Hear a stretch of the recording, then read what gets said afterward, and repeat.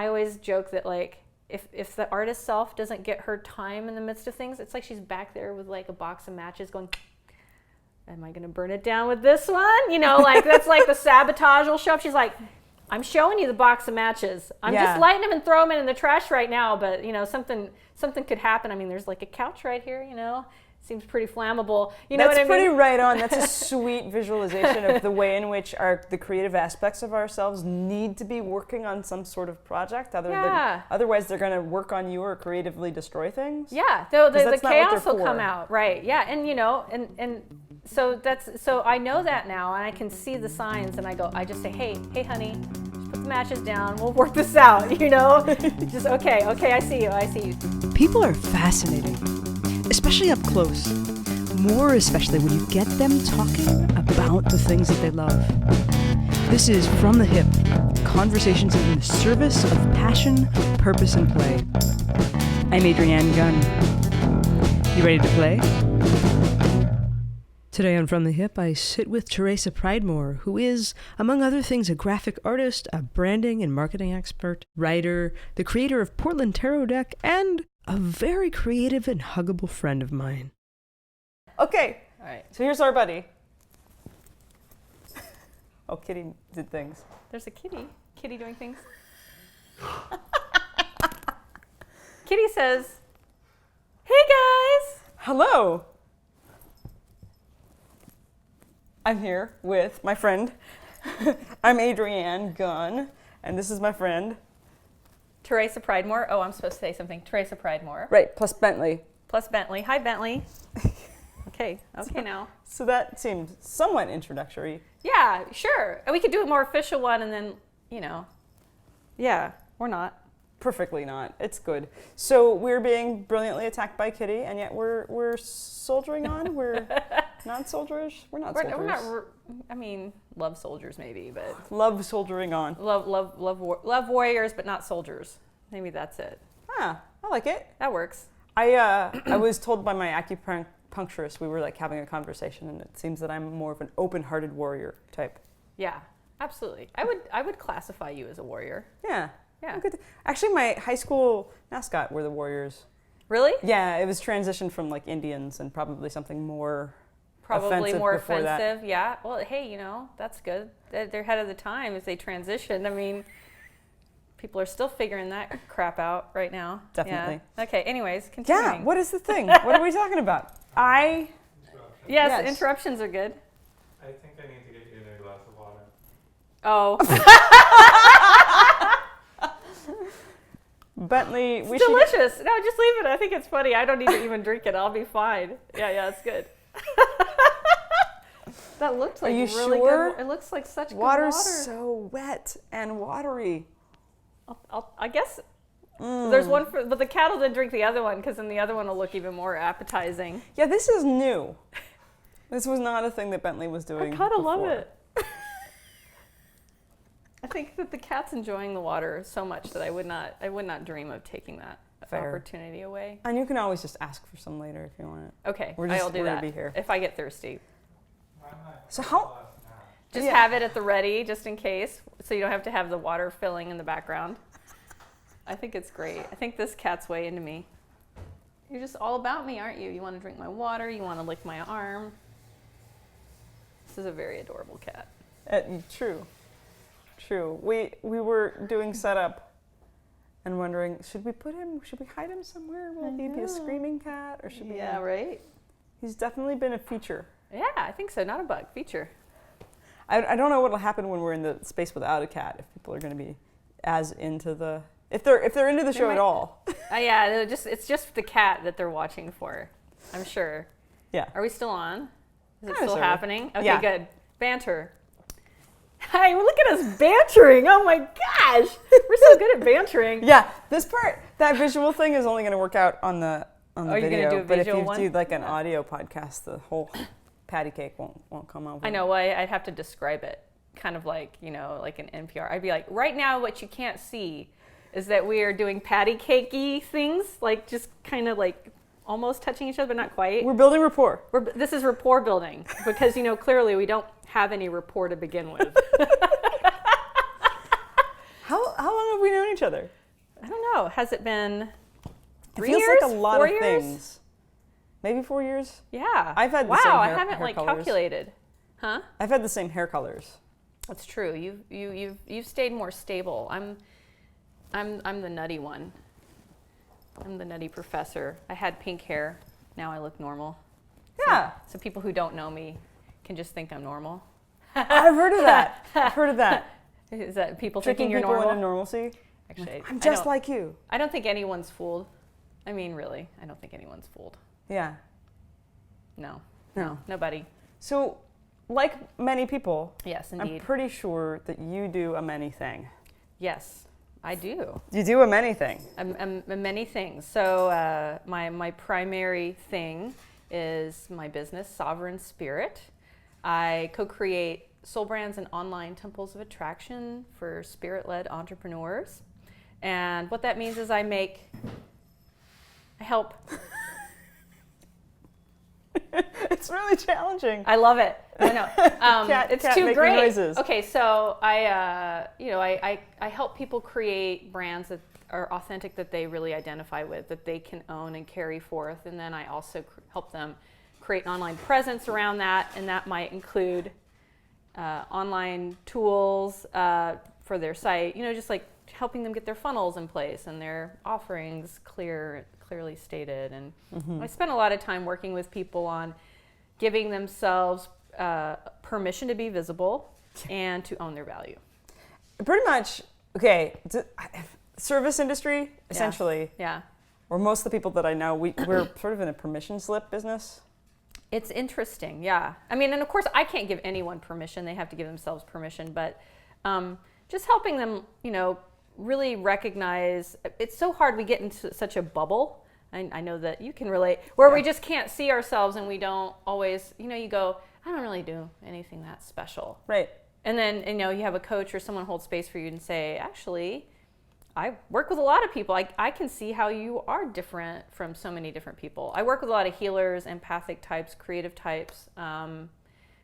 We have particular challenges as creatives around visibility that come from different places than maybe your average bear. So, To trauma, or cat, baggage. yeah. Well, and also there's that Saint Martyr Syndrome that we've been trained into. Like, oh, if you make money, you're a sellout. Right.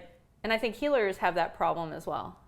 So that's a thing. There's also the disconnect between discovering that you have a gift that you keep doing accidentally. You keep providing some sort of service by existing, and you're like, oh, I'd love to be able to eat and also do this because it's easy for me and it's pleasurable and people get value out of it. Yeah. And then you're like, okay, I'll be a this, and you come up with the title and you figure out, oh yeah, I'm gonna be a this kind of person. And my version is a breakthrough specialist. I'm gonna be one of those. And what the heck does that mean? And it's good enough because you've sort of been doing it. Yeah. Or you studied to do it, and that's fine. But then there's that other side of like, okay, how do I tell people I do this? How do I collect the money? Right. How do I do the business end?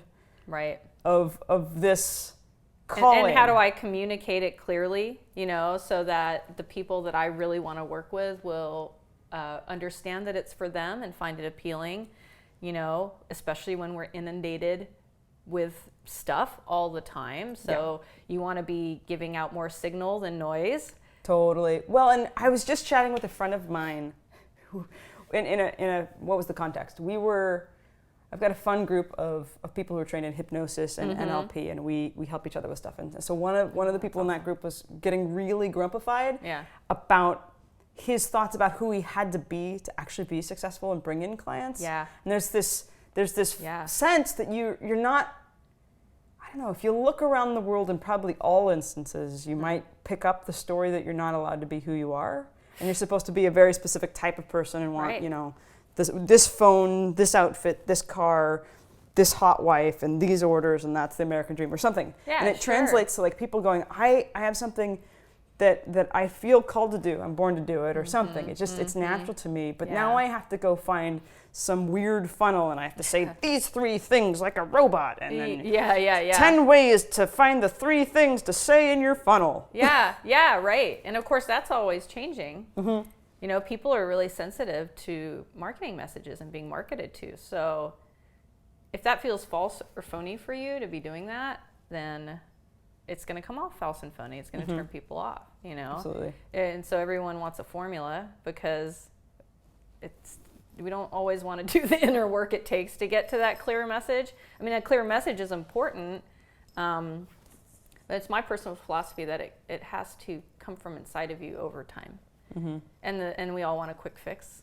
Yeah. And it doesn't really work out that way. It's like, well, guess what? You have this calling. It's probably going to take many shapes over the course of your career, even if you go off on your own.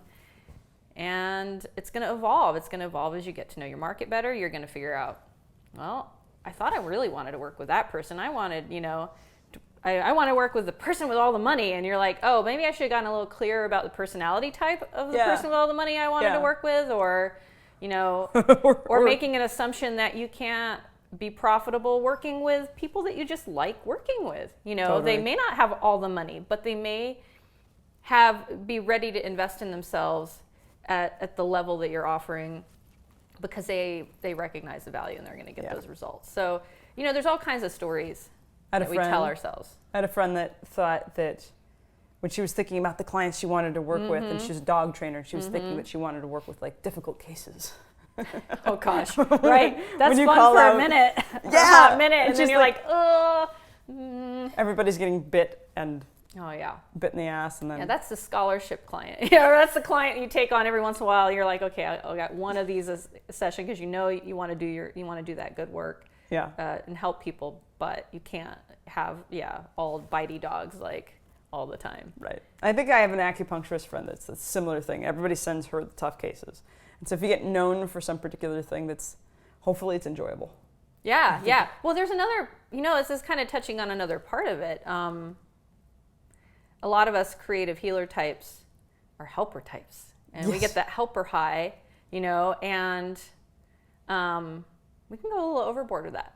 And so, I know for myself, like early on in my business, I loved being helpful and got that little high of like, oh my God, you're so amazing. Like you could do this thing and I hate it. And you took it on, and oh, I just love you so much. And you're like, I feel so good and needed and useful. And I'm working 60-hour weeks all the time because I'm so useful. And, they can't do it without me or whatever. And I finally got over that. Yeah. And thinking about like, is that really a healthy dynamic? It's codependent. It's like a codependent business dynamic. And to get to this place of, I'm really clear about, because that would sometimes attract people who would be, maybe a little amusing, or I didn't get too much of that, but every once in a while. And I got clear that I wanted healthy people. Yeah. Which that I was working with. Whoa. Yeah. Amazing. Like healthy people might actually also need me, Yeah. I did a thing. I have the challenge of there are so many things I can technically do, but they aren't necessarily in my zone of genius. Like I have people that ask if I can help them with a particular thing. And I got into a really fun project for about 2 years where with myself, a personal project of not extending an offer to people for things that I didn't, just because I could do them. Yeah. That I wasn't doing. So I gave myself like the shackles of not agreeing to things. Yeah. And for a minute, it was hard. That looked like just not going out or talking to people. Yeah. Because I'm like, I don't know how to say no to things that I can totally do and help people with. Yeah. And then once I got used to like the loveliness, at first it was the avoidance strategy. The first part of that strategy is like, don't talk to humans, don't go outside. And then I got so excited about all of my like free time to play with myself and be creative and that sort of thing. Yeah. Then I would go outside and I would be able to compare all of that luscious me time against the project that potentially I could offer help with, Like, yeah. It just it reorients you and helps you rethink what your priorities are, And it's so funny that these are aspects and elements of branding and marketing. Like you have to think about these things and how you're spending your time and what's important to you. Because if you're saying yes to everything, well then if you're doing all these things that aren't in your zone of genius that you just happen to be really good at, then you don't have a clear brand message. People don't know what to come to you for. I've been there. And then on top of it, you don't necessarily have time to market yourself because you're overextended. You can't really nail down who your ideal client is. Because you're working with everyone. And you're working with everyone. So that was kind of the aha for me as I was doing my work. I was doing a lot of web design, logo design, graphic design, branding stuff. But in the beginning, people would hire me to do a website essentially and a logo, right? And then we would hit this point where it was not, they needed business coaching and consulting. Yes, almost every time. And of course, I wasn't charging for that. I hadn't estimated for 20 hours of being on the phone with them, like going, okay, so how much are you going to charge for this?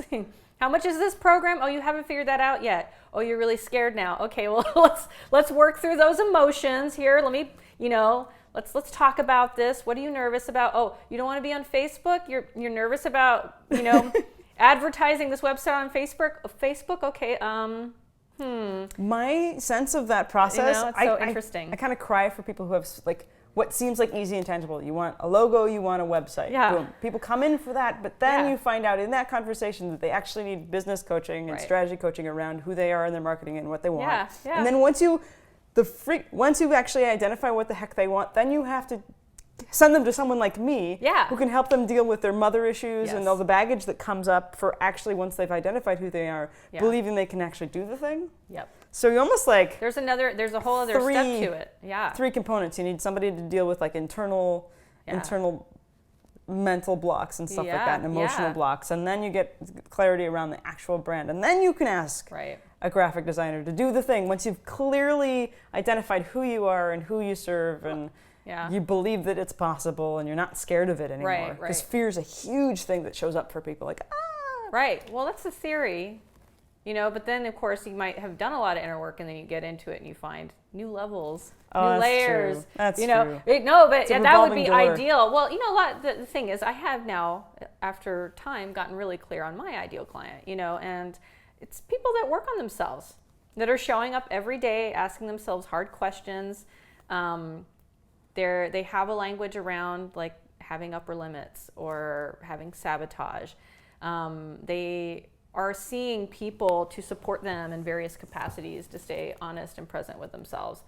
And they still need a little bit of my perspective usually to help them navigate some new aspect of it, or to recognize where they might be lost or confused, or running into a limiting belief, that they didn't know they had. But my hope is that, as we work through their brand and get really clear on their offering and all these things that we're going to ultimately put in their web presence, that they will leave having some tools and thoughts that'll guide them when they need to go find someone to support them further, or they'll know where they need to do more work. If they do indeed need to do more work, usually we all do. That kind of never stops. Not kind of, it just never stops. Right.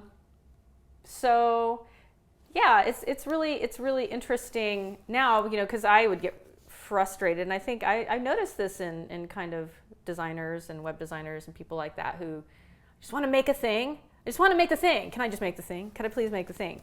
And of course, then if someone come to work with someone like you, and then they had done all their inner work, and they could find a person to just make the thing, then that's that's like a perfect pairing, right? But for me, I realized, well, there's a lot of people that need more than that in the whole package, and I am doing it, and it's a strength. It is my zone of genius. Like it's a place where I'm over and over again being called to support people instead of getting grumbly that I'm not getting paid for that time. How about I create an experience where that's part of the experience? And there was a lot of fear in that because usually people just think they need a website. Yes. And they don't really see themselves as investing in an experience. Also, the people who just think that they need a website don't actually know what that is and what it means and what it's supposed to do. Totally. Yeah, it's not, a lot of people have this conception that there's still a conception of it being like an online brochure, essentially. Yeah. Like, I'm just going to put some information up there and I'll get some clients. If we're going to get some good SEO, I'll be good. I need a logo and a little bit of copy, yeah, and I'm good. I think That's my all I favorite need. part of that conversation is like, okay, so when I build the website, what's your strategy for getting people to go there? Yeah, And then, yeah, like, yeah. crickets. Yeah, what? You see the tumbleweed. I need to do that? What do you Oh, mean? Like, crap. you build a thing. Yeah, It's just, I think a lot of people may need to think of it as like a storefront. right. It's like you build the building, you build the storefront. Right. You have all of your merchandise in Yeah. there, and then you're in the back office waiting to provide your service. Right. And how do you get people to actually know that it's there and go there? Well, And and that's another part of. well, there's a whole other level to it in my philosophy. Like, that's why I call it an online temple of attraction, because I see it as it can be magnetic. It can be magnetic in that, I mean, it doesn't mean you don't have to work to get people there. You know, I'm always Just slightly Hey, little distracted buddy. by the kitty on the tripod. yeah, kitty on tripod. I'm like, camera might be moving a bit in a moment. Don't worry, it's not an earthquake. Hey, buddy. There you go. There you go. Online temple of attraction. Yeah, so just thank you. I needed to be recentered from Kittyville. So yes, you know, I'm always telling my clients you need to get out and network, or you need to do ads, or you know, like you need to actually be out there being visible. Like that's part one, you know, of the equation. But part two, someone gets to your site, you want to magnetize them. You want to help them recognize, you know, help them recognize that this is for them, and to connect with them on a heart place. I always like to say, like, a great brand is my heart speaking to your heart. You know, trying to get through the, you know, just all the. We're trying to keep a kitten from jumping into a piano. Kitty cat. case. No, that would be Just in case probably it not seems a little such a good thing. The distracting. kitty might have a little bit of a hard time getting out. Tie my shoe. Shoelace tying time. Oh, I like your shoes. Thank you. Those are very nice. Thanks. Yeah, so, you know, the idea is that you want to magnetize people. And then I also think of everything as like, you know, what are your funnels? Like, how are people getting there? What's the next step you're taking them to? Think of it like you have this giant river, and it's kind of actually going the opposite direction rivers usually go, but you're kind of like getting it down into the stream, and this is like your stream. Yeah. You know, and you have this manageable, perfect like source of leads and connections and prospects that you're working with. I love that metaphor. Yeah. You could just, You're just trying to you can narrow still it use down. it because, you know, rivers and streams go down to like That's true. in Yeah, the yeah, watershed, but They like it's where you want to tributaries and put you your know. house. Yeah, exactly. Your business is you want to put You your don't want- business on a stream. You don't really want to live on a river unless you Yeah. want to live on a river. But if you want Yeah. to live on a river, then you build a house on stilts. Yeah, exactly. other That's a things, whole but- other thing. Most of us are small business owners. We need a little tiny house next to a stream. Yeah. You know? So yeah, and taking it and just kind of funneling it down. So, you know, it's this kind of living thing. It's a living thing. And it's this great opportunity to share your ideas and what you think about things. I think that I feel like in the early days of the internet, it was more this feeling of like, oh, we're sharing ideas. And I was on LiveJournal. And can you imagine like having a group of like 50 people that read your like 3-page long meandering musing about your day or what you're thinking or feeling about yourself and the world, you know, and you getting responses, detailed responses, you know, like it's a whole different realm now. Everything's TLDR, you know, like too long didn't read. Oh, too long didn't read. Thank you. That's what the young people say. Ah, It's TLDR, too long didn't read. Actually, I don't know that that's happening as much. I feel like we're kind of swinging back toward a little bit longer form. People are writing longer Facebook posts. People are Yeah. reading blog posts again. But there was a period of time where it felt like, you know, everything was Twitter length. Right. And that was the goal. And I think people are getting hungry for more, conversation and dialogue now again. Yeah. You know, but that was the culture. And so there was this hopefulness, this sense of like, part of the purpose of this website is for me to state what I believe in and what I care about. And I feel like we can lose focus of that. I mean, one of my things that I like to get clients to do is create a manifesto. Because I think of it as a gift. If you were sharing a powerful perspective around something that other people are feeling themselves, and they can go, yes, Thank you for saying that. That is a gift to other people, I think. And it doesn't have to be about selling something, but ultimately what will happen is it'll make a really clear statement about what your brand represents. Actually, one of the trends that's happening and has been building, I mean, I went to business school again. I think I graduated in 2011, which was a while ago. 2011 is that what you said? I think so. Oh, I think that's when it was. Yeah. So one of the things that was building on the front of pretty much every business, all of the sizes of business, was something more mission-driven or manifesto-driven in the sense that they realized that there weren't just consumers, there were all of these stakeholders. Yeah. And it was broader and getting the world involved. Cool. And so what was happening in digital marketing world was consumers wanted to know more about where they were spending their money. So more about brands. Right. So you needed to know the personality, they wanted to know the behind the scenes thing.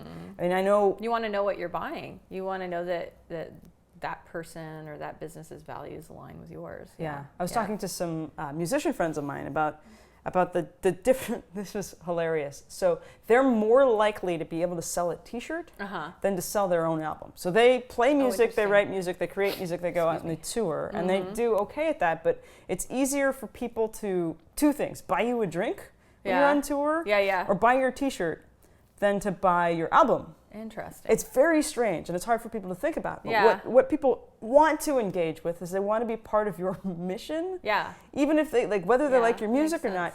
More brands these days, more businesses need to figure out how to. So essentially, even if you're singing a song, what people are drawn to is the who you are behind the song. Right. When you're performing, or the soul of you coming through your voice and through your art, right? Or through your services that you're offering. Yeah. So it's more about telling your story and more about, so this manifesto thing, figuring out what your manifesto is and delivering it, and finding ways to showcase that in all of the different areas that you can. Yeah. Because people are more drawn to lifestyle stuff. Right. Than your specific service. It's a little weird. So I'm talking to this band friends, and I'm like, I think too. You're like, all you wanted to do was sing your songs and play your music and have people buy that. And they would rather hear about your yoga routine you do in the morning, the deodorant that you make by yourself, your vegan stuff. Because I'm thinking specifically of these people.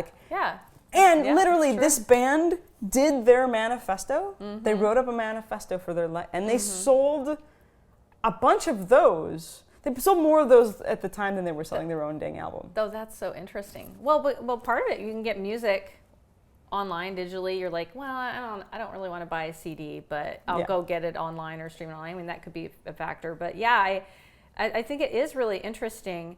And I feel like when you're a high integrity person, it's like we don't have any problems engaging with a band that we're into their lifestyle, we're into who they are as people.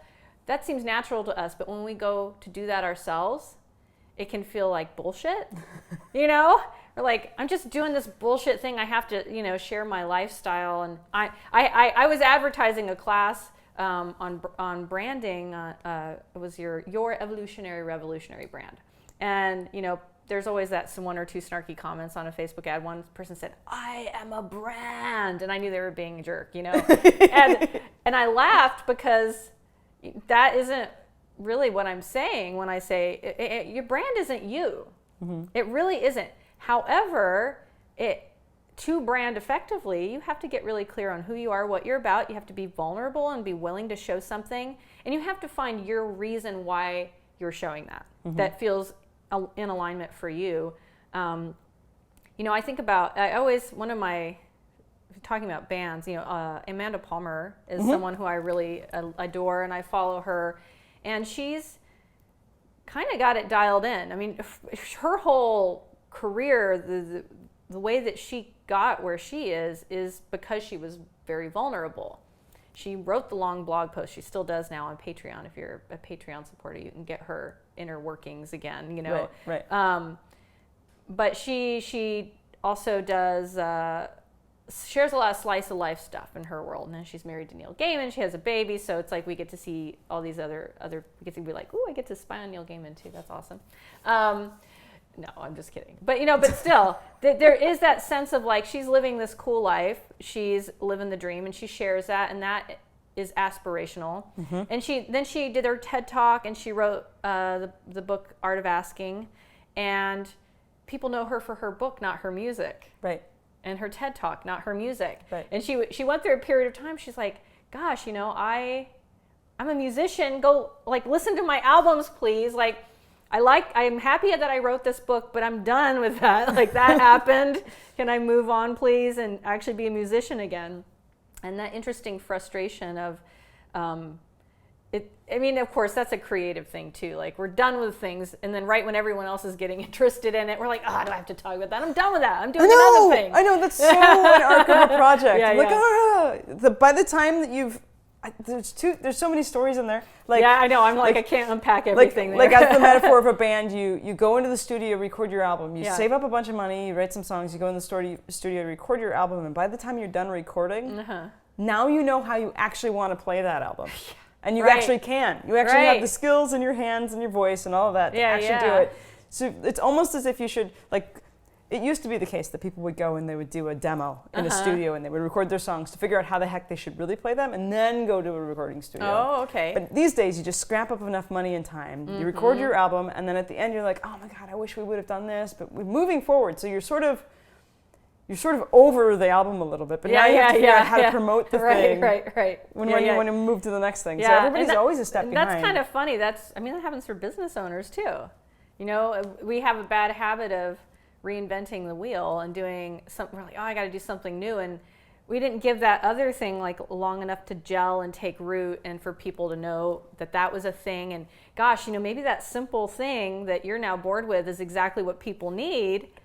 You know, and you just like, maybe that could be the evergreen thing that you do over and over again, or whatever. You know, it's just really funny, like how we can do that to ourselves too.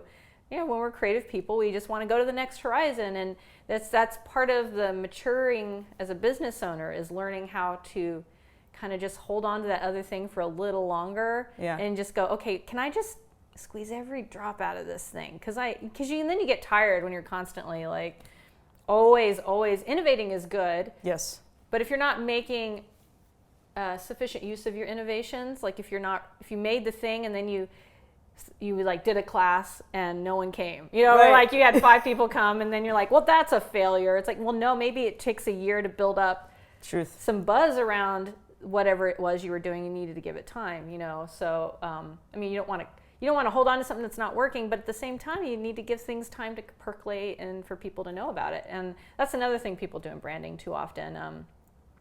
They give up right when they were close, you know, because we're in an instant gratification society. So if it didn't work the first time, then all right, well, no, none of that. We're done. Yeah, it must mean that you have to change everything that you've spent all of that time. And it's like, no, maybe you just, you know, let it simmer, see what needs fine tuning. You know, there might be things that need to be fine tuned, but yeah, it's so interesting. The bright shiny object syndrome that we can fall prey to. And it's hard to know sometimes. You know, we got to be honest with ourselves. Like, is that bright shiny object syndrome, or do I actually need to step in that new direction? And that's not always a clear answer. You know, you have to figure out what your impulse is. And if you're like me, I have, you know, kind of, I know it's tempered. You know, my mania used to be like whoop, and my depression used to be whoop. Right. And now it's kind of like more in this like range. Central you know? band of. And usually it's not. It's usually right in here. You know. Every once in a while here, and if I know I'm in mania, that's when you're like, I'm gonna do everything, all the things, create now in 1 week. I'm gonna get all this done. Every project I've ever thought of is happening now. Yeah, and then and then of course you achieve something major in a short amount of time, and so that gives you a false sense of confidence. So you try to keep going, and then you burn yourself out, and then you're depressed, and everything's gonna burn, and you know what I mean. And then you have to kind of like pull yourself out. So I try not to trust my mania now. That's another trick I've learned. It's like, I'm feeling really excited. Let's see if that lasts until tomorrow. Like, am I excited tomorrow still? You know? I had to definitely get out of that habit of counting on mania to arrive once the project was happening. Some moment of like, I'm going to paint my entire house. Yeah. Because my pattern was I would have these super energized bursts of like a week or so, right? Yeah. Doing all of the cool projects I wanted to, but then I would crash so hard, and then I had instances of having like weird illnesses show up, and so I had to actually begin to give myself a kind of freedom, and it felt sad as a creative process to ask myself, what is it that I would love to do and could do easily if I could barely get out of bed? Oh, yeah. Right? Yeah, yeah. And creating processes and work that I could do on any day. Yeah, yeah. Like, it'd be even better if I'm flying high and I'm feeling strong. But if I had barely a voice and I could barely sort of walk around and my eyes were half open, what could I deliver with quality in that state? Which was like, it was a sad thing to get to, but talking about like not counting on your mania or not trusting it. Yeah, knowing that you're not always going to have the energy you have today and what's sustainable. Yeah. I know, it's so funny. I used to really hate routine. I used to really hate, I don't know, it was really hard for me. And now I'm so in love with systems. Like just having every time someone says systems, I don't know why this is my internal of it. Oh, systems! I just want to rub myself with the word systems. Shea butter, just like I know systems are hot now, man. They're so sexy. And I would not have told you that like 5 years ago. 5 years ago, me was here now, traveled through time, sitting next to me. Would she just be like, "What did you say?" She'd be wearing something really awesome. I'm out. I'm out. Maybe not 5 years, but almost. Just kind of. It's funny because I didn't really think about systems as being more about recognizing my own rhythms and working with them. Oh, God, yeah.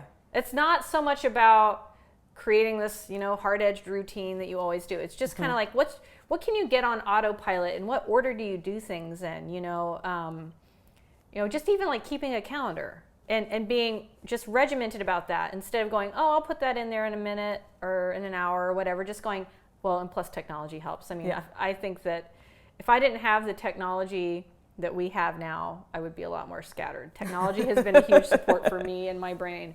But, just knowing that now I trust without, any doubt that I have put that thing in and I have been detailed and it's just an instant, it's an impulse. I just do it. And so there's that. Or knowing like I take my Mondays off actually, not off. I don't take the day off, but Monday is for business development or creative writing or, if I have any like sessions with coaches or healers, usually it's on a Monday. Yeah, no, it feels good to me. I developed that because I recognized I got the Sunday blues and in stress, I'd be thinking like, oh God, I have so much to do tomorrow because you always would pack it in on Monday because that's when everyone's starting the week. Right. And I found so much spaciousness in saying, no, Monday's mine. I'm starting out the week focused on me and my business and what I need to do. And so then that helped. And then I started, instead of doing deadlines with clients, I started a process of us either having a call every week or a call every other week to do something. And so it was more about what can we get done before that next call? What is doable within that 1 or 2 week slot? And then focusing on that rather than I'll get it all done eventually, that's 2 months away. That's not a problem. And, so building the system in, it's like, oh, well, not only does that give me accountability to the client and them accountability to me, because they always have dependencies too, it gives us an opportunity to be in regular dialogue. And then I don't waste time doing things that are not important. Or their priorities have shifted. Now they've instantly communicated it with me. It's not something that we talk about in a month. It's just funny. Like I wouldn't have thought that before. That would have seemed onerous, like why am I doing that? But now I go, oh, that made everything much easier. My life is more peaceful. Planning like that is way better on your adrenals as well. Oh my gosh! Like it's and like I have to watch for that myself. Yeah, well, I think everyone should watch for that. However, I think some of us, maybe more than others. Well, we've sort of been trained into patterns of depending on stress. That's true. And procrastination. I can't do it anymore. I have an allergy to stress now. Oh yeah, congratulations. Thank you. If I start to feel stressed out, I go, oh, what's wrong? What have I done? What did I do to get here? Is usually what I think. I did that last week. I had over committed myself and it snuck up on me. And I felt kind of crummy one day, and instead of me thinking like, oh, this is the end of the world or I need to burn it all, I need to quit, which an old me would have hit that place because it would have been confounding. I would have thought like, what's going on? This is a bad sign. And what I see now is I go, what do I need to take out? Yeah. Did you used to have like buttons that would fire up awesomeness? I used to Tell me what you mean by that. This is hilarious. So when I started learning techniques to help release like old trauma and old emotions that were stuck in that sort of stuff. Yeah. There's a process that I use that releases anger, sadness, fear, and guilt, right? So when I was learning these techniques and I released all of that, I noticed about a month later that I kept trying to press these kind of emotional buttons that I would have. Like I would press the guilt button of like, do I go to the gym? I have friends that their knees don't work and their shoulders are broken, but I don't have that, so I should go. And I would push that button and I would like, go to the gym and be the champion of everyone who doesn't have the abilities that I have right now.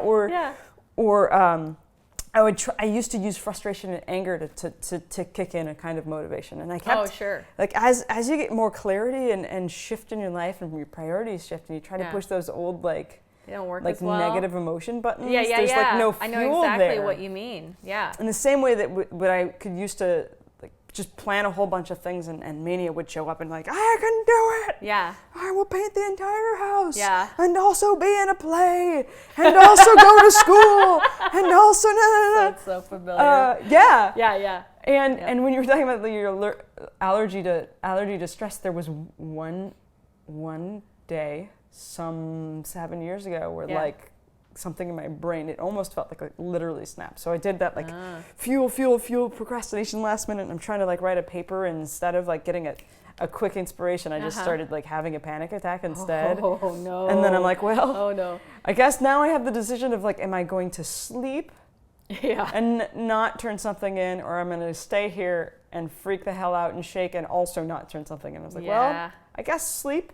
And I'll deal. I'm going to learn what happens when I don't show up with the draft I was supposed to turn in today. You know? Yeah. And ever since, like, and then after I got through that term, I think I snapped and binge watched a bunch of movies for like 6 weeks.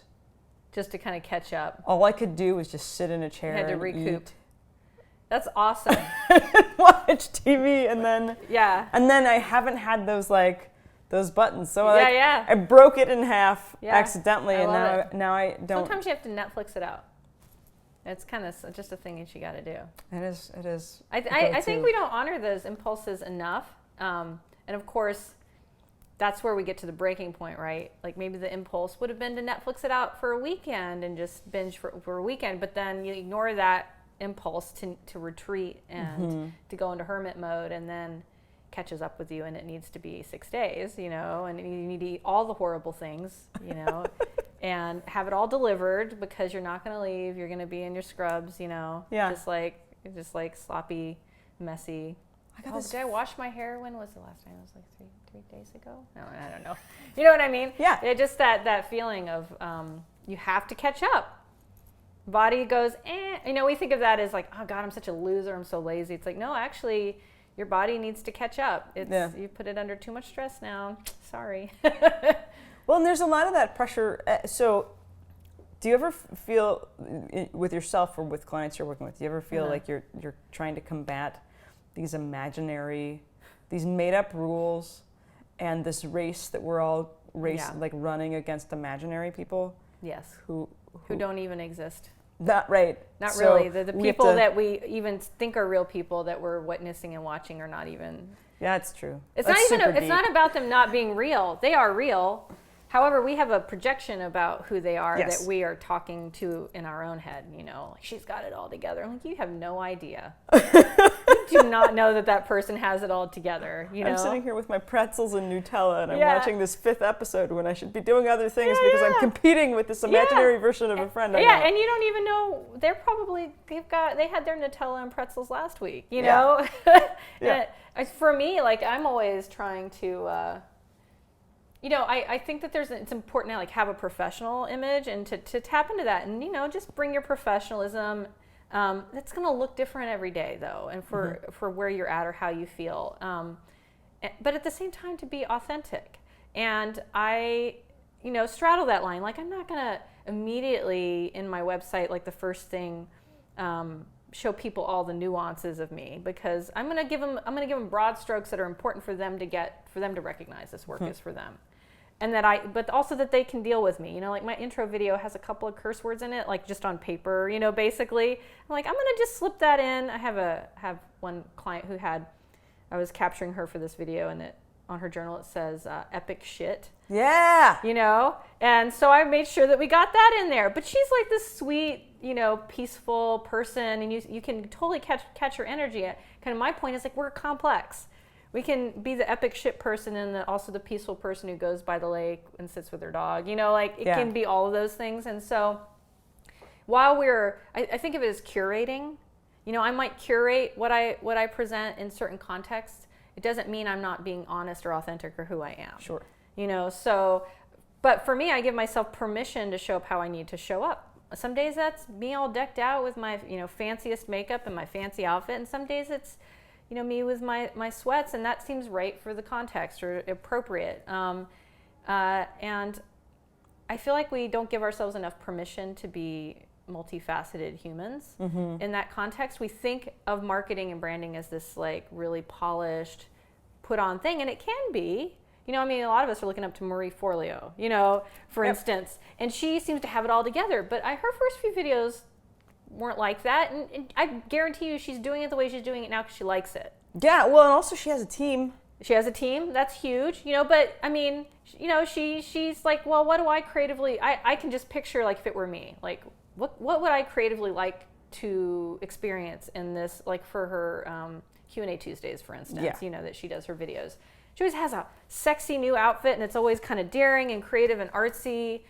She has a brand. I mean, she hasn't cut her, you know, she keeps her hair really long. Like, I'm sure she's making some branding choices around her persona and how she looks.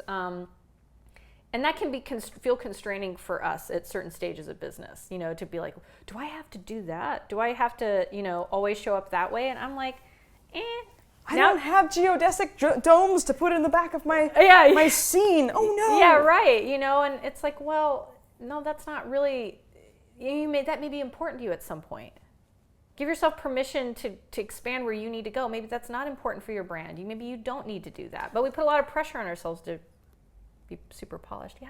Sorry, I'm making this face. I know. I'm so excited. What's happening? Tell me. I just wanted to talk to you about the process of. So there's one aspect of branding where you're trying to figure out who you are and which part of that to bring, and then you create this picture in this space, and maybe you do it visually, or maybe you set yourself up with projects, and as you're networking, you talk about specific things. So things. Yeah. My mouth. My mouth stop weird thing, all sorts of effective. So one of the things I wanted to talk to you about actually was how do we find the way to create enough freedom and flexibility for the way in which we can evolve? Because we're always outgrowing our marketing. Right. How do we create something where we can land and it makes sense for who we're going to be 2 years from now or 1 year from now? If we're not like, or do you just have to like budget the 1 year revision of all of your stuff? Yeah, I think it's the latter. I always say that every brand births a new brand. As soon as you finish, you're going to like do this epic push for like 3 months, 6 months to make a website, for instance. Right. And it's going to be out, and the minute it's out, you're going to be not aligned with it. You know, and and I think there's a beauty in knowing that, because once you know it, you accept it. Right. You go, okay, well, I'll adjust that when I can, or as I have time, or I'll figure out what needs to be tweaked, or it doesn't have to be like a identity crisis every single time. And I think that we take it that way. Totally. We're like, oh, why did I waste all that money and time? This isn't even right anymore. You know, it can like exhaust us. It's like, no, we're evolving. It's going to evolve. You know, so you just acknowledge that you're going to keep evolving as you go. I think that that's important. And it's a huge part of it's just an inner game of giving yourself permission to be where you're at. You know, just saying, you know, I'm still figuring this out. I don't have it together, and guess what? No one else does either, really, honestly, you know. Helps when people have a team. You know, when you have a team to like help you manage your brand and to kind of people who get excited about like who you are and what you're about, and they want to help you like spread that message, and they're on your team. That's kind of a crazy situation, because then they're like the keeper of your brand for you. You can just kind of bounce around inside of it, you know. Yeah, well, there's the other challenge of you like that's nice. You work and you like curate yourself in such a way, and you work, but the moment that you've put it out in the world, it's no longer yours, and other people they tell their own story about it. Well, it's like a movie or a book, and people have their own interpretation of it. You have to recognize that people are going to have projections of you, and that is actually a lot of why I think intuitive people don't like to do this stuff. Oh, yeah. They don't, for one, we don't like to have our intentions misconstrued. Sure, yeah. And someone's going to do that. We don't want to get ridiculed or trolled, because trolling brings up like old stuff for us of being victimized, of not having power in our voice. And it's like when you're in a place where people are trolling you, you can't really say much back that's going to do any good. Yeah, that's like playground bullying and being in the back of the bus. Yeah, and holding your integrity in that is no fun. And then, I think that, what did I start with? Intuitive people don't like to be... to do branding because, for a point that I earlier made that I haven't quite remembered now, because I'm having too much fun. And it was part of the picture of, projections. Yes. Yeah. You don't want people to put their projection of who you are on you. And you're afraid if I just show this little bit, then the projection is going to be this little bit plus whatever's going on in their head. Right. And that can be frustrating and tiring. But guess what? That's just what people are doing all the time. And you just have to let go of whatever projections people are going to have. Because that projection could include like, oh, well, now that you're getting more successful, people are going to be jealous of you. Yes. And they're going to be telling stories about you, and they're going to represent you in ways that are not actually honest. Like, I am a brand. I'm like, no, you're not a brand. You're a real person who has a brand, Yeah. who you put yourself into your brand in some ways, but it is you and it's of you, but not you, so it's interesting. And you have to just kind of go, well, that's their bullshit. That's fine. That's hilarious. You have to let it go. You have to go, that's their story. I'm not going to put any energy around that. So yeah, there's all that stuff that can kind of make it challenging to, if you're a very deeply feeling person, to go into those realms. How long has it been? I don't know. We've just been, I feel like we're in like a time warp of just like awesomeness. Well, it is now 11:40. Okay. I know that you have a time crunch. Is it 11:40 already? Evidently it's 11:40. That's amazing. I'm wearing a broken watch, which is less I've got a little more time. useful than you might think. Are you going to edit this a little bit? I think so. Okay, well then we can talk a little more. You can chop bits out. Chopping the bits. Chop bits. Julianne the bits. Julianne, that's hilarious because that's a word for food things, but I know a person named Julianne, so that brings up something different. One has an E and one has an A. Yes. I said it with an A though. But I think... Just like your friend. I imagine that for many people, when someone says Julianne, they're thinking food rather than a person. A gospel singer. Oh. Like an amazing... Oh, that sounds awesome. Soprano, super tall soprano gospel singer. Now I'm thinking about that. And right? That's much better. Yeah, it's different. I should think of Julianning, and maybe I'll do a cook. Maybe I'll call her and we'll do a cooking segment, and she can Julianne something. Yeah. Okay. Sounds good. I'm glad I think that would be really meta. I think that would be really appropriate. And then you have to do something else like have Julianne Moore visit her. I don't know. Like there's got to be a third level. We'll figure this out later. Okay, perfect. I know. Let's just keep this going. I'm curious about. So you've been. When I met you, you were like logo, website, and then and you talked about this earlier, where you shift and transition to the thing that you actually ended up doing all the time anyway. Right. And then there've frequently been in your journey. I'm gonna out your story a little. Oh, go ahead, frequently please. In your journey, these like. I want to be creating my own creative stuff. I want to be helping other people create stuff. I have this challenge inside too. I was going to ask you about that too, so we were on the same page. Yeah, well, I had a lot of parts of my world where I was backstage, but I wanted to be on stage, and it was like helping behind the scenes, but also wanting to do stuff myself. So how are you in that conflict right now with your helping other people's creations versus you getting to create? Well, it's interesting. This is a concept that I talk about too, because I think that a lot of the people that I work with have this conflict in some way or another as well. So I think what we have a tendency to do is create this like pendulum swing between parts of ourselves. Yes. And so I had this story. The story was, when I'm over here being the person that helps other people, there's no room and space for me as an artist. And then I'd get the little kid in me would get really pissed off and throw tantrum and tear everything down. and then I'd come over here and be like, I'm just an artist. I'm an artist. And then that would kind of burn down a little bit too, because for one, I needed the security and foundation to be an artist. And when I was over here, I had abandoned that, what could give me that. And so there was that. And then there was also the piece of when you're really fully focused on your art, that's kind of intense. It's like staring at the sun. Yes. You know, you really shouldn't do that, stare at the sun. Unless you have the appropriate glasses. I don't know. So it for me, I think some people are really great at focusing on their art. But for me that proved to be not so healthy either. So I'd be back and forth in these pendulum swings, making both of my worlds each other's enemy. Yes. And then something clicked for me last year, because I put my business aside for a few months. I thought I was doing it forever. People are like, well, maybe when you're done with that, you'll come back and do this thing for me. I'd be like, never. No, I'm done with all of it. It was really fun to be so absolute in it. And I would toy with doing that all the time, and I just did it. And then I helped co-produce a live show for a few months. And in the middle of that, my grandmother got sick. Actually, David Bowie died. And 2 days later, I was in Nevada helping my grandmother because she had no one else to help her. And she ultimately passed away that March. And I spent a lot of time alone in her trailer in the Nevada desert, packing her things to hopefully move her to Portland. That was the idea. If she healed, we would get her to Portland. And that didn't end up manifesting. But just, my gosh, just like trying to manage the show from over there, trying to like fight with the government to get money for my grandmother, and then going to the hospital, helping her, and then packing her house. It was so surreal and disorienting. And it was so good for me to just be by myself in my own head and all the stories that I'd been telling myself.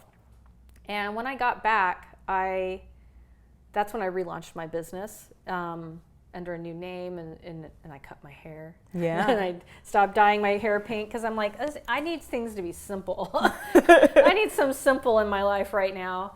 And so when I made that transition, something happened inside of me over time. What I noticed was I stopped making these things enemies of one another, and I started to recognize that it's a paradox, and you have to believe all things at once, right, simultaneously. So I don't know, something about that shift for me helped me think, okay, I actually need both of these things in my life right now. And someday I do have a sense that my artist writer self, my showrunner self, she's gonna get more and more time and space because things are gonna start happening that demand more time and space. And then eventually, and that'll be years down the road. Like, I'm not putting a lot of pressure on that. Because the other part of it I realized was my business and the things I'm helping other people with and the things I'm learning in the process of running my business, I'm going to get the skills I need to do the other thing. Like, I'm actually in training. Yeah. So I don't make them at odds with each other. They're all part of the pie together. And it's funny that we're talking about this because part of that overwhelm I hit was I was kind of doing, it's funny, like sometimes a formula works, but I had gone into like logisticalizing things versus allowing things to kind of flow. Right. Because I'm trying to be sensible, and it's like you want to make sure, I want to grow my audience, and there are ways to do that. And so I was trying to get like workshops on the schedule, trying to just do more and more of that. And that ended up being like really time and energy intensive, and wasn't quite going the way I'd hoped. And so timing was off. Like it just was what it was. Right. And I was exhausted after hosting a workshop recently, and it went great, but something was off for me. And then I realized, I'm not writing as much, and I haven't really had time.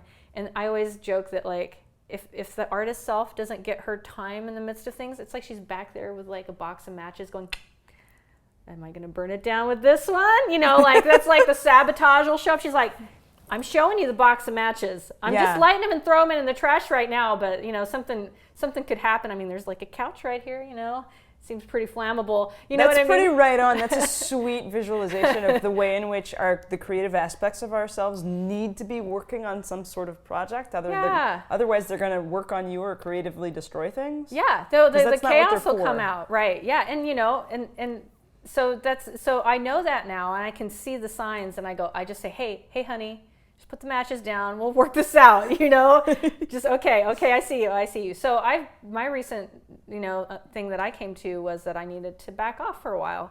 Okay, I made this workshop, I'll keep refining it. Eventually in this next spring I'll host another one. I'm not going to do this and that I told myself I would do, because now I need to get back to writing, in a day a week, a couple days a week, or whatever system emerges, as I have created more space. So they have to work together. I'm more creative for my clients when I get time to be creative for myself too. Totally. Well, it's interesting both, because you were even describing this creative aspect, this more business person aspect. You were talking about a process that we do in NLP. Yeah. So one of the processes I do with people is a recognize, and we talk about these aspects of ourselves or parts. We talk about them as parts, and essentially they're creative and they seem as though that they're at odds. Yeah. The thing is that they actually have parts of us, aspects of our personality were either split off in moments of trauma or they were created for different exploration, but they were all created from the same whole. They're split off from the same whole, and it turns out that both of your parts usually have the same highest intention. They may not have the same job that they do. Yeah.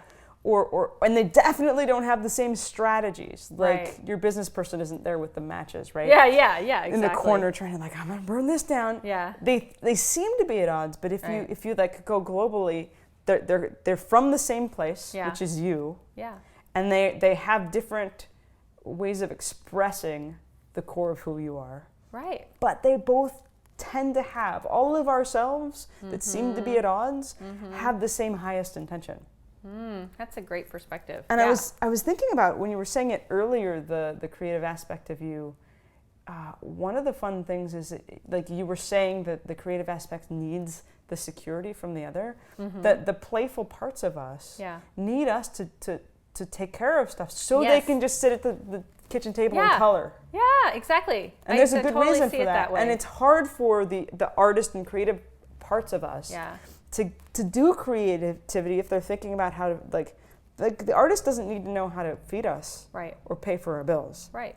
That's just really stressful. Yeah. But some aspect of us needs to be taking care of those things so that the creative person can just play it's like and be silly. Our self-parenting, you know, it's like, okay, you have the house, you have the toys, now go play.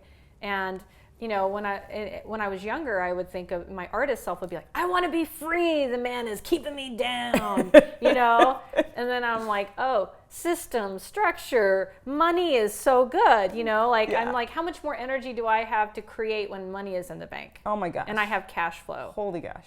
All of the ideas. And it may take time. It may take time to make space for it in the new archetype of my life and how it's running now with my business. But I mean, thinking about the times when I was broke, and the amount of time I would spend juggling the bank accounts, or like calling up the person and being like, hey, can I pay you in 5 days or whatever? And then I have to do the math and, like how many hours a week did that take? That was exhausting and stressful. And then I needed to go, wind down from all that stress. It's really interesting. I'm like, oh, I'm actually way more productive and have more creative time when I have money in the bank. Yes. And so I have I have an artist group, and I always kind of remind people in our group, I'm like, yeah, you guys, when we have money in the bank, everything's good. So that thing you don't want to do, that gig you don't want to go get, that gig is going to make you have playtime.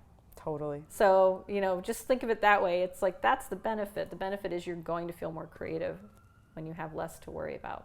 So it's now they're all working in unison.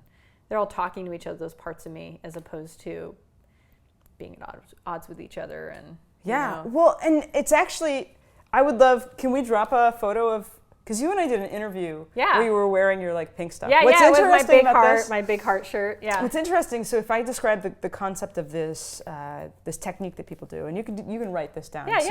You personify each of the parts of yourself. You've got your creative self, which is there with the matches, and your businessing self, who's like a goddess temple creator, like temple of attraction. Because that's another part of me is I'm an intuitive. I do tarot readings and, so you've got my aspects. These two aspects, and you personify them, you see them, and you talk to them, and you find out like what is your job, and then you look to the other one, the creative one. What is your job, and then ask for what purpose? What is the highest intention? Why do you do that? What's your job? Suss that out. Each archetype, all the archetypes within us, what they represent, right? And how well, they and support essentially, you end up getting to that their intention is very, very similar, if not the same, and it's always something super positive. Freedom, life, loves, I don't know, these sorts of things as you figure out why they're doing it and what's the tension and the purpose for that. Yeah. But what's interesting is I've actually seen you when you were doing more of your systems and building, in a particular way, building stability in your business. Yeah. Your outfits and your hair got more creative. Yeah, the way that you were presenting yourself when yourselves were at odds was like we would show up with fancy business cards and then like a punk rock look is my version of, I don't know what you described. Yeah, sure. But what's interesting is that as you did the work of figuring out how to get more integrated, how to integrate both of those parts into your life, they didn't need to poke out from the edges. Yes, like, it's here true. You are. You nailed it. Yeah. Like the more integrated you are, you don't need to show up in pink and giant shoes and the whatever you were specifically doing in there to like. Yeah. It's kind of... It was a tool. And I feel like some people in my networks would say it's clear that you're more grounded now, that you own what you are and how you're presenting yourself even more than you did then. And I say that's true. However, that was exactly what I needed at the time. Absolutely. And and I don't actually, I honor that younger self. Yeah, she was playing. She was holding, she's trying to stand out because she needed to do that for herself. Mm-hmm. And it was a part of my journey, and it was authentic. It was absolutely authentic to who I was. I wouldn't do that now, and that's okay. And that's another part of branding. We worry that if we put a stake in the ground now, we're going to want to change. Later, and there's going to be no room for that. And it's like, no, you get to decide. You have free will. It's totally fine, and it can make a difference just to give yourself that wiggle room. But she needed that. That was a big part of it. I recognize that now. I love that you said that. You just you got right to the heart of it. She needed to poke out. She needed to be like, okay, I'm still an artist. I'm doing all this stuff, but I'm still an artist. But part of it is knowing who I want to work with too. It's I don't need to be punk. That's something I can go play and be on the weekend if I want. Mm-hmm. Because we all have all these facets, all these archetypes that are within us. So I just think we should play with them more. Don't pretend to be someone you're not, but if a mask is helpful and creative and fun, use the mask. Yeah. Do what you need to do to don't make it so serious. It doesn't have to be, I can't, be fake. I can't play in this space of I'm wearing a mask or I'm trying on a persona for myself. I mean, another one of my idols is David Bowie. He's king of playing with persona. Totally. And what kind of space does that create? So I do love it. I love it all. It's all fun. Yeah. I feel like we got things. We said stuff. We said a lot of stuff, a lot of great stuff. Is there anything we didn't said? What did we didn't said? We did.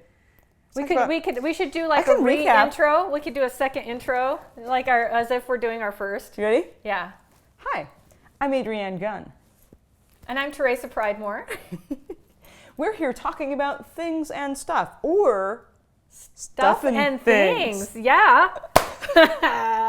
And there's our clap for the audio sync. Yeah, good times. Good times. And so, recap. Did you want to recap? I thought it was great. So there were these moments where you were talking about your brand is not necessarily you. Right. It isn't. If we were to make that succinct, right? It's a curated version of you. Yeah. The people you want to work with. Yep. And how those two intersect. Brilliant. We talked about the way in which systems can help actually create freedom and flexibility. Yes. Sustainability, foundation, sexy. Sexy. Systems are sexy. They are It's sexy. great because it's alliterative. Yeah. Sexy systems. Sexy systems. I feel like it needs a James Brown tune, but I don't have one in my head. Ha! I kind of don't want to do that right now because Jim Carrey did that weird thing. Oh, which one? I don't know. I don't know. Did he? He did some not crazy familiar with that thing one. recently, and then he went to like James Brown, and then it transitioned into Elvis. Oh, that sounds pretty cool. People actually, were into I would it. see that. Yeah. So picture that, but the systems are sexy. Yeah. And then a bit about integrating the different selves that poke out. Yeah, we have all the selves, and they need to be integrated. Otherwise, we won't feel aligned in our business, and we'll always be fighting with ourselves. Truth. And everyone will see it in some form or another. That is so true. Well, and it'll show up as integrity, and they won't want to hand you money and play with you. Right, because they'll be like, you say you're about this thing and doing that thing, but I sense there's something else going on. Totally. I love the bits where we're talking about the ways in which you can't trust or depend on mania to show up for you when you need it. Yes, I know. We're always making decisions to do things that we think our future self will be exactly where we're at, and that's not the case. Totally. Well, there's a good difference between getting in a heightened state before making decisions or showing up, or getting into an extremely high state. Right. There's a difference between the two. Yeah, absolutely. And you have to learn that for yourself. What are the clues that you're about to enter into such a state, or you are in one, and maybe shouldn't make any decisions? Resourceful states.